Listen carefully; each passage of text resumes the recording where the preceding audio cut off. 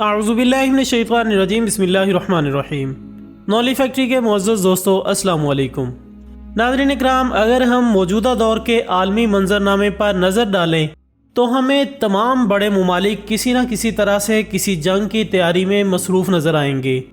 और हालिया रिपोर्ट्स के मुताबिक इस वक्त दुनिया के पास इतने एटमी हथियार जमा हो चुके हैं जो कि जंग छिड़ने की सूरत में सिर्फ चंद सेकंड्स में दुनिया का निज़ाम दरम भरम कर सकते हैं। लेकिन नाजरीन, यहाँ हम आपको एक हैरत अंगेज़ खबर से आगाह करते चलें कि अब ये जंग ज़मीन पर नहीं बल्कि चांद पर होने जा रही है। और इस जंग के लिए दुनिया के दो बड़े ममालिक अपनी तैयारी मुकम्मल भी कर चुके हैं। आज की इस वीडियो में हम यही सब कुछ जानने की कोशिश करेंगे कि आखिर चांद पर जंग कैसे हो सकती है और अब तक चांद पर कौन कौन सी तैयारियां मुकम्मल की जा चुकी हैं।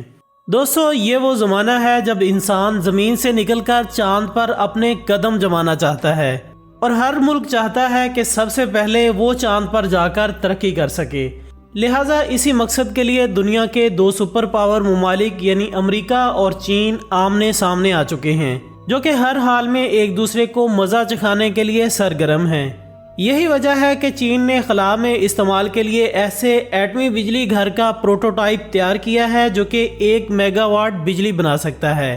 ये अब तक का ताकतवर तरीन एटमी खलाई बिजली घर भी है जो कि अमरीकी खलाई तहकीकाती इदारे नासा के ज़ेर तकमील खलाई एटमी बिजली घर से भी 100 गुना ज़्यादा बिजली पैदा कर सकता है।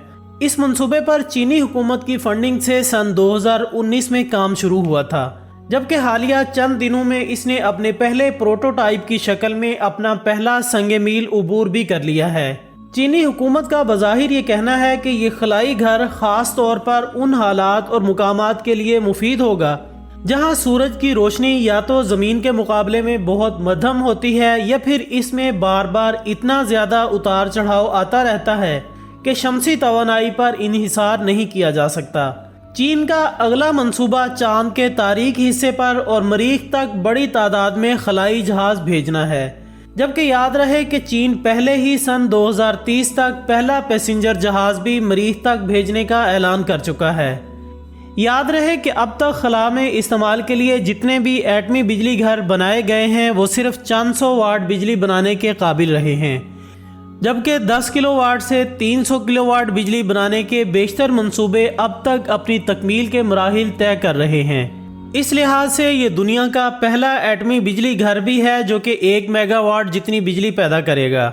नाजरीन, दूसरी जानिब अमेरिका की जानिब से चांद पर अस्करी तामीराती कामों और बज़ाहिर इंसानी बस्तियां बसाने की खातिर यहाँ खास मशीनरी को चलाने के लिए एक एटमी बिजली घर के क़याम की कोशिशें हतमी मराहिल में दाखिल हो चुकी हैं।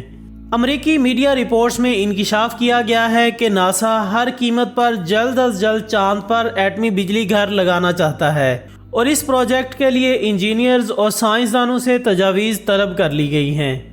याद रहे कि गुज़श्ता 49 बरस से यानी 1972 में अमरीकी खलाई मिशन अपोलो 17 की तकमील के बाद किसी भी इंसान ने चांद की सतह को नहीं छुआ। लेकिन अमरीकी मीडिया ने ये इंकिशाफ किया है कि अमरीकी स्पेस फोर्स के नए प्लान के मुताबिक जितनी जल्दी चांद पर एटमी बिजली घर का क़याम मुमकिन होगा, इसी कदर जल्द चांद के पूरे खित्ते पर अमरीकी कब्जा हो जाएगा। कुछ लोगों का कहना है कि नासा का चांद पर एटमी प्लांट के क़याम का मकसद चांद पर मौजूद खरबों डॉलर्स की मादनियात निकालना और ज़मीन पर भेजना है। जर्मन मीडिया रिपोर्ट्स में बताया गया है कि बज़ाहिर चांद पर तामीरात के लिए इसकी अंदरूनी सतह पर या ज़ेरे ज़मीन सुरंगें बनाकर यहाँ फ़ौजी अड्डे और इंसानी रिहायशी कॉलोनियाँ बनाई जाएंगी। और इस मकसद के लिए ज़मीन की तरह भारी भरकम मशीनें तो नहीं ले जाई जा सकती, लेकिन बिजली से चलने वाले हल्के आलात को चांद पर भेजा जा सकता है और इन आलात की मदद से चांद पर सुरंगें बनाई जाएंगी। अगरचे इंजीनियर्स के मुताबिक चांद पर ज़ेरे ज़मीन सुरंगें निकालने की मशीनरी को चांद पर ले जाना आसान काम नहीं होगा, क्योंकि तामीराती मशीनरी का वज़न एक अहम मसला है। इसलिए हल्की मशीनों का इस्तेमाल किया जाएगा और इन मशीनों को बरकी ताकत देने के लिए माहिरीन छोटा एटमी बिजली घर लगाने की तगोदो कर रहे हैं। नाजरीन, अमेरिका और चीन के इन इक़दामात से ये वाज़ेह हो जाता है कि ये दोनों ममालिक मुख्तलिफ खुफिया तरीक़ों से चांद पर कब्ज़ा करना चाहते हैं اور ماہرین کے مطابق ان دونوں ممالک کی جانب سے آئندہ کچھ عرصے میں چاند پر ہتھیار بھی منتقل کر دیے جائیں گے، اور ان کا مقصد صرف اور صرف چاند پر پہنچے ہوئے اپنے حریف کو تباہ کرنا ہوگا۔ یہی وہ جنگ ہوگی جو کہ اس خوبصورت سیارے کو بھی خطرے میں ڈال دے گی۔ اس سے قبل حال ہی میں چین پر امریکہ اور برطانیہ نے خلا میں اینٹی سیٹلائٹ ہتھیاروں کے تجربے کا الزام بھی لگا دیا ہے۔ برطانیہ اور امریکہ نے روس پر اینٹی سیٹلائٹ خلائی ہتھیار چلانے کا الزام لگاتے ہوئے خدشہ ظاہر کیا ہے کہ اس اقدام سے نہ صرف ان کے اعتماد کو ٹھیس پہنچی ہے بلکہ اس سے بین الاقوامی برادری کے لیے خلا کی دوڑ اور کشیدگی میں اضافے جیسے خطرے پیدا ہو گئے ہیں۔ واشنگٹن اور لندن نے چین پر اس آپریشن کو چھپانے کے لیے ہیلے بہانے لگانے کا الزام بھی لگایا ہے، جبکہ امریکہ اور برطانیہ کا دعویٰ ہے کہ چین نے خلائی سروے اور تحقیق کے لیے جانے والے مشن کے ذریعے اینٹی میزائل ہتھیار خلا میں بھیجے ہیں۔ خواتین و حضرات، ان تمام باتوں سے یہ ثابت ہوتا ہے کہ عن قریب ان دونوں ممالک کی جانب سے کچھ نہ کچھ برا ہونے جا رہا ہے۔ ان دونوں ممالک کی یہ لڑائی ایٹمی جنگ کی صورت بھی اختیار کر سکتی ہے۔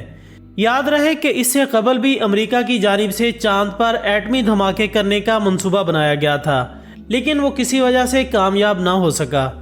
جی ہاں ناظرین، یہ ایک تاریخی اور سائنسی حقیقت ہے کہ امریکہ نے دنیا بھر پر اپنی دھاک بٹھانے کی خاطر چاند پر ایٹمی دھماکے کرنے کے بعد فوجی اڈہ قائم کرنے کے لیے سائنسدانوں کی ایک ٹیم بھی بنا دی تھی، جس کا مقصد چاند پر بیٹھ کر روسی حملے کا جواب دینا تھا۔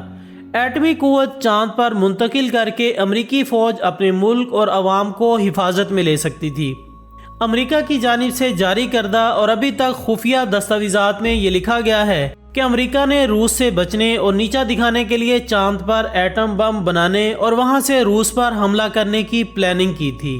امریکہ نے جنگ عظیم کے زمانے میں چاند پر ایٹمی دھماکے کرنے کا فیصلہ کیا تھا، اور یہ منصوبہ سن 1959 میں آرتھی جی ٹروڈو نامی ایک فوجی افسر کے ذہن کی اختراع تھا۔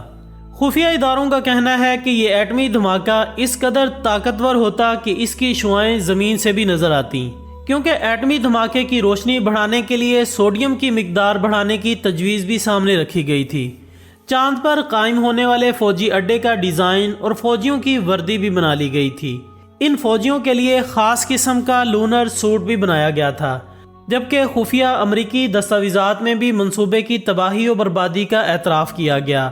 منصوبے کی دستاویزات کو عیاں کرتے ہوئے secret from the black vault نامی کتاب کا مصنف مسٹر جان گرین والٹ اسے سائنس اور حکومت کی تاریخ کا احمقانہ ترین پروگرام قرار دیتے ہوئے لکھتا ہے کہ سائنسدانوں کی احمقانہ سوچ پر ماتم کرنے کو دل کرتا ہے۔